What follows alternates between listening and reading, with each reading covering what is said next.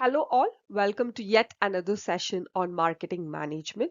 In today's lecture, we are going to look at three other micro-environmental factors that impact the performance of a company in the business environment. So let's get started.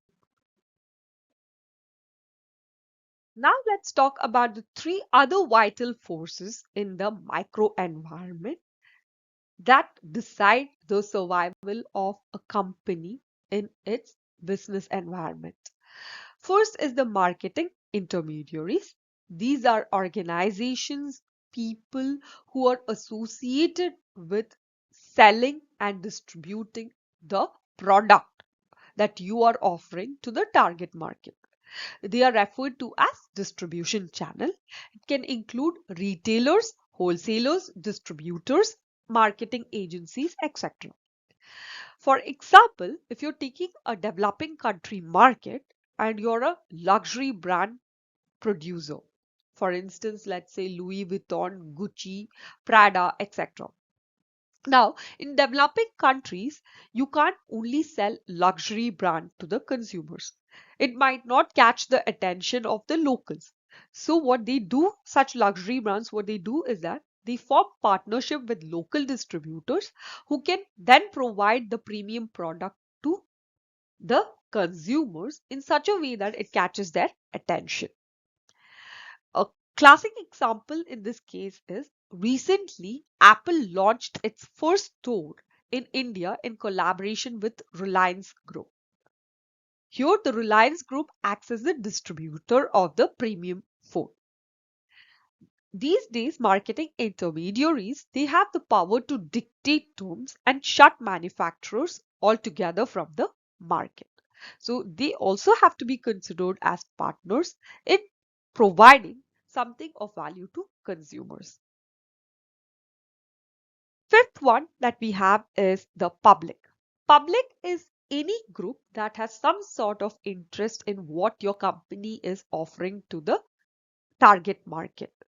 It can be a financial public. Financial public is the one who is going to fund your project, like the banks, the stockholders who have shares in your company. They are able to provide you with the capital required to run your company. Second, it can be the government public. For instance, you have in different countries, you have different environmental protection laws.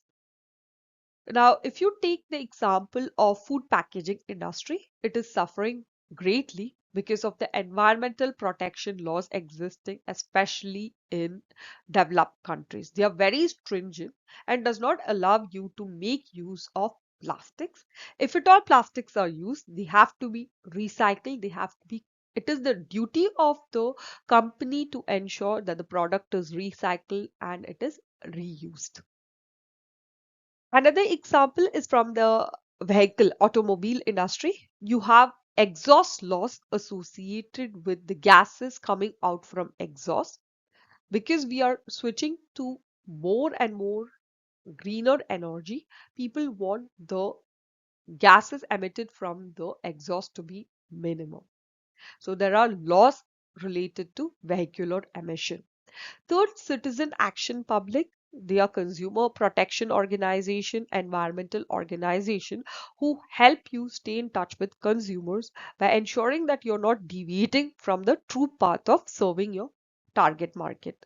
Internal public, they are workers, managers, volunteers, board of directors who need to be provided some sort of motivation when they outperform in the company. What I mean by this is if suppose your team is making an impossible deadline possible, then you have to give them some sort of reward for their work done. It could be in the form of taking them out for a day, enjoying with the team, making use of that time for team building activities or a lunch, etc. General public, general public's attitude towards your product and activities is important as it can have an impact on the buying behavior. We'll talk about this in detail later on. And finally, local. Local is nothing but the residents and community should be kept informed. Suppose a company wants to open a factory near a small village. It has to be keeping the local authorities and the residents informed. They have to talk about the advantages as well as disadvantages. In case of issues to the public, how will the company take up the issue and resolve it for them? It is the responsibility of the company to fix issues caused by the new venture.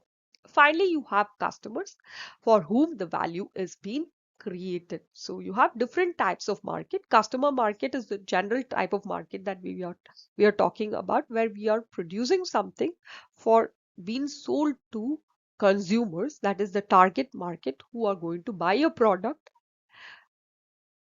and use it. Second is the business market, wherein businesses buy certain goods or services for further processing. A classic example where you have both consumer market and business market operating or coexisting is the app called as Too Good to Go. Too Good to Go is a food-based app that has taken the world by storm because it helps in fighting food waste. Here, both markets, that is business market and the customer market, are being targeted.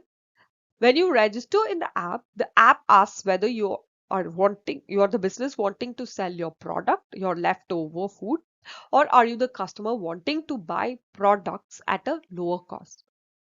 So depending on that, you can register and then you can either buy your product or sell your product. Then you have government market. So government market is wherein government buys a product. For instance, you have local public transport. So in most of the countries, bus services are owned by the government. And finally, you have the international market, that is for global companies where you're aiming to release your product on a global scale. Thank you for listening to me patiently. If you have any queries, please feel free to put them in the comment section and I'll get back at the earliest. In my next video, we will be discussing various macro environmental parameters one by one. Until then, merci beaucoup.